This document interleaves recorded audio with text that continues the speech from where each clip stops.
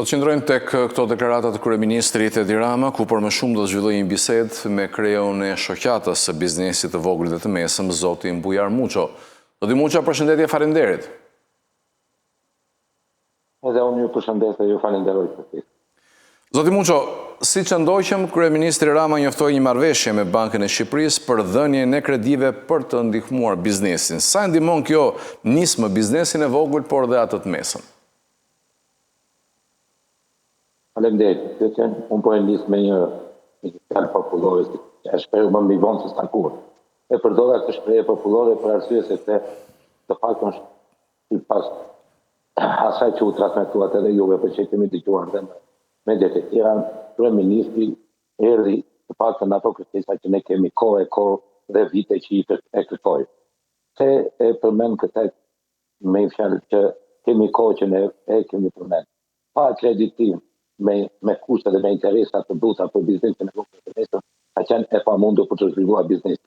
Dhe rezultatet e mungesës të kësaj politike ose kësaj projekti ka çuar në ato që ne kemi përmendur edhe në televizionin tuaj me mira biznesin pa fundamentuar. Kjo është një gjë e mirë dhe dhan zoti që kjo të merret me seriozitet, pa kënë me seriozitet sepse janë përmendur dhe disa herë të tjera vitën më përpara si kishte kredia sovrane që u përmend në kohën e pandemisë dhe pamë që rezultatet ishin jo efikase sepse nuk e di se në çfarë linja, në çfarë forma u përdor edhe kjo. Prandaj themi që duhet jetë me nuk e dim se si është me seriozitet edhe është në e qëndrueshme që të ndihmojë biznesin. Biznesi i vogël e mesëm e ka emergjente këtë ndihmë, për arsye se e kam përmendur dhe në kanalin tuaj në emision.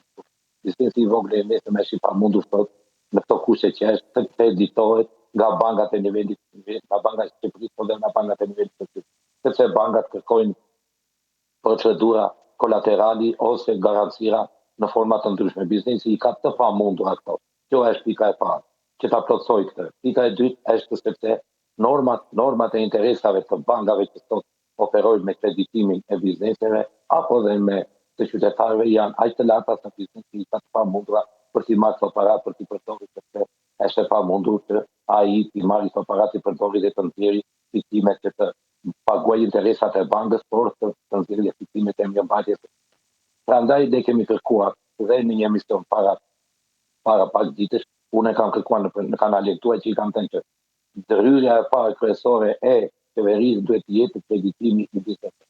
Pas në bas kronikës që juve dhatë që përpreke dhe tema e fermerëve. Po, është një sektor shumë i rëndësishëm në zhvillimin ekonomik dhe duhet një ndërhyrje emergjente në ana e qeverisë në kreditimit, sepse në rast të parë një fermerë sot në këto forma apo politika ekonomike nuk janë ndihmuar fare, si nga drejt për drejt nga subvencionimet nga ana e shtetit, por dhe nga subvencionimet nga siç e dini dhe juve që ne jam ndërprerë edhe fondet e IPAD-it nga Bashkimi Evropian për arsye të ndryshme që nuk kemi kohë të përmendim, sepse qeveria nuk ka qenë e përgjegjshme që këto financa të Bashkimit Evropian të kalonin drejt për drejt në fermerët, po janë abuzuar dhe janë kaluar në forma të ndryshme.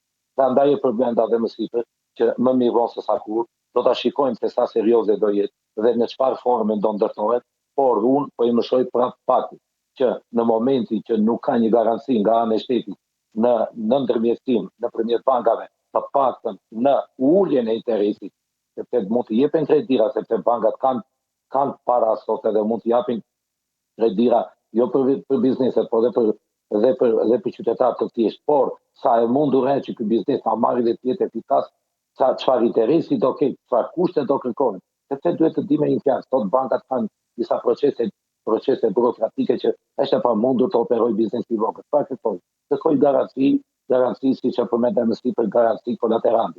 Ajre, 80% e biznesit të vogël të mesëm operon në objekte me qira ose në objekte që nuk i ka në porosit të tij. Çfarë kolaterali duhet të vënë? Biznesi që të marrë këtë. Nuk duhet ta kërkojë banka këtë kolateral, duhet ose të gjetë një formë që shteti të jetë garant i këtij kolaterali që të mbulojë. E dyta duhet të jetë interesat, siç përmenda edhe më sipër. Interesat e kreditimit duhet të jenë shumë të ulta dhe me afate më të gjata për t'i dhënë biznesit, sidomos biznesit vogël të mesëm të ketë frymëmarrje. siç dëgjova edhe në kronika që juve thatë që kryeministri e kishte me vullnetin e madh që thoshte duhet të nxitim dhe fermerët e ri. Po neve të paktën të mbajmë ta fermerë që kemi, të kreditojnë ta fermerë ose të gjetën politikat subvencionuese të këtyre fermerëve, pa për të rinë nuk po shikojmë në horizont të vina njerëz, po na ikin e këta që kemi, sepse pa zhvilluar një bujqësi, një blegtori, një turizëm dhe një biznes të vogël, unë besoj që ekonomia do lëngon, siç ka lënguar dhe do lëngojë edhe më tej. Ju në fakt e vlerësuat të nisëm nga ana e qeverisë për të ardhur në ndihmë si biznesit vogël, po ashtu edhe biznesit mesëm. Megjithatë, skema e re synon të mbulojë deri në 70% të kolateralit që ju e cekët në fjalën tuaj, por a mjafton kjo për një biznes të vogël? Unë besoj se shifra duhet të ishte edhe pak më e madhe, sepse në gjendjen ekonomike ose në fuqim tërse që ka sot biznesi i vogël, apo në normën e fitimin që ka sot biznesi i vogël, apo në kapitalin rezervë që ka sot biznesi i vogël, është pak shifre e pak. Po megjithatë, prap neve themi që të paktën më mirë, më siç përmenda dhe shprehjen popullore më mirë vonë se sa kurrë, dhe të paktën pak, po të paktën i jepet një farë ndihmë, një farë energjie.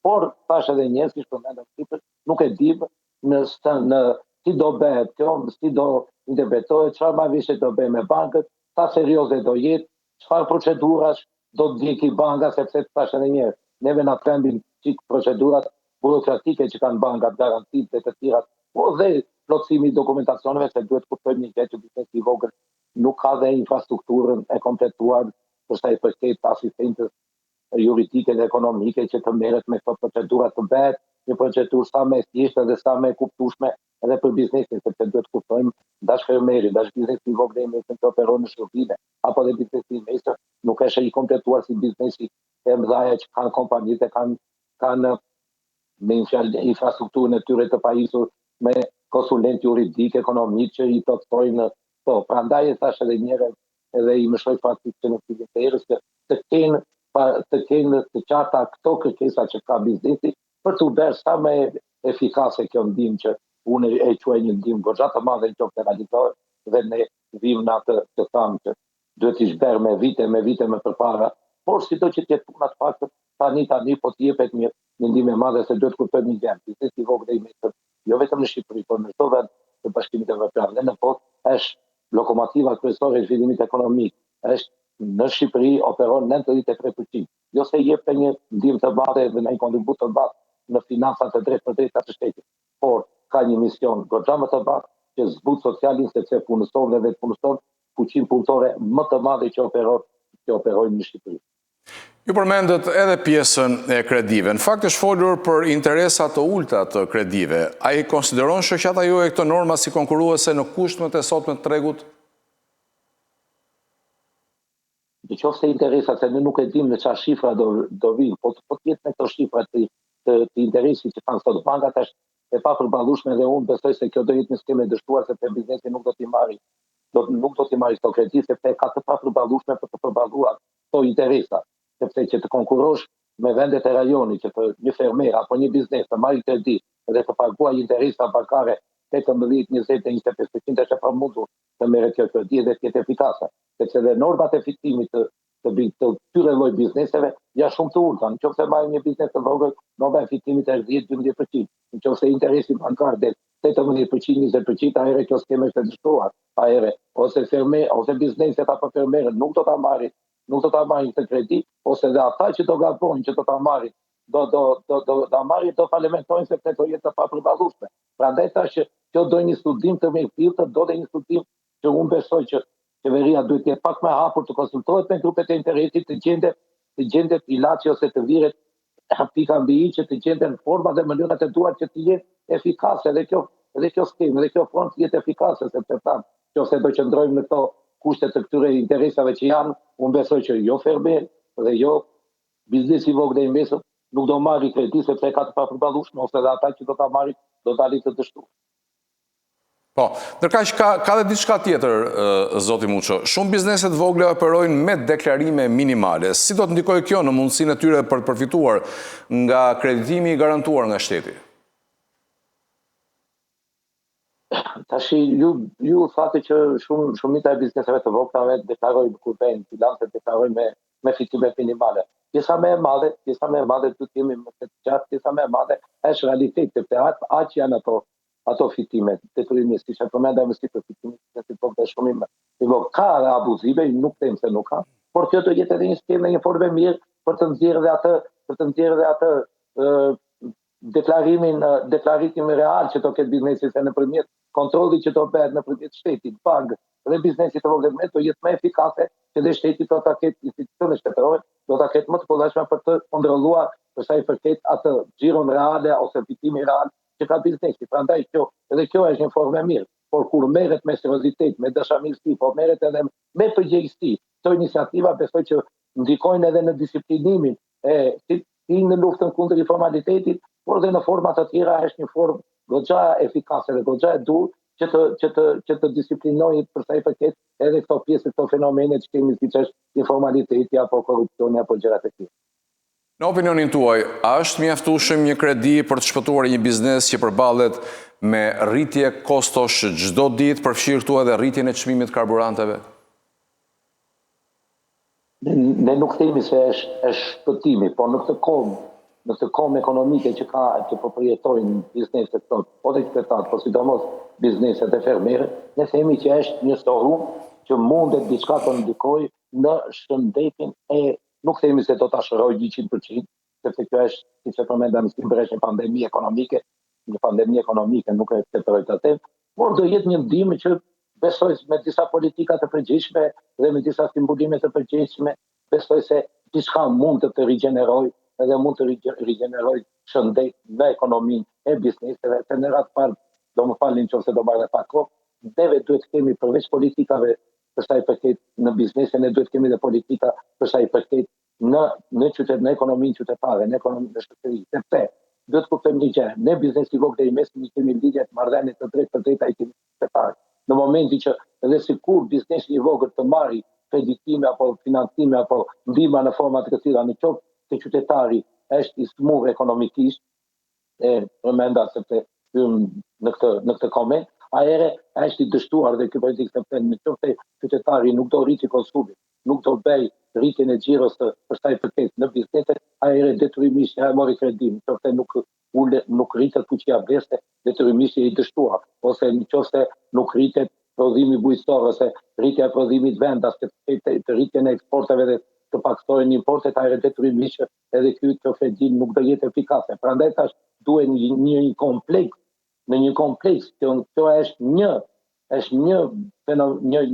ndihmë, por ama duhet dhe kompleks, duhet të organizohen në pjesë të tjera të ekonomisë, siç e përmenda, dhe ekonomia e qytetarit, por dhe po të shikojnë edhe politika sa më të drejta dhe në taksimet e bizneseve, dhe që të shikojnë ka gjë të pamundur, sepse siç është edhe trupi njerëzor i njeriu që në smuret, po ka me kurime të kujdesshme apo me ilaçe të kujdesshme dhe ai shërohet. Të njëjtë që ka dhe ekonomia në biznes apo në qytet. Zoti Muço, ju e keni cilësuar shpesh qeverinë si jo miqësore ndaj biznesit të vogël. Duke marrë parasysh që në fillim të bisedës tonë ju thatë që shpresojmë që qeveria këtë herë ta ketë seriozisht. Në kuadër të skepticizmit, a e sheh shoqata këtë lëvizje si një nisje të një ere të re apo thjesht si një premtim elektoral? Kjo nuk ka qenë konstatimi im, po ky konstatim që qeveria nuk ka qenë dashamirëse për sa i përket biznesit, sidomos biznesit vogël të mesëm, është fakt real sepse po të përmendim shifrat e falimentimit të bizneseve në 10 vjet të fundit, e falimentimit të bizneseve të vogla dhe të mesme, është një shifër më e madhe, nëse në vitin 2010-2011 kanë operuar 186.000 biznese, sot aktualisht operojnë 103.000 biznese.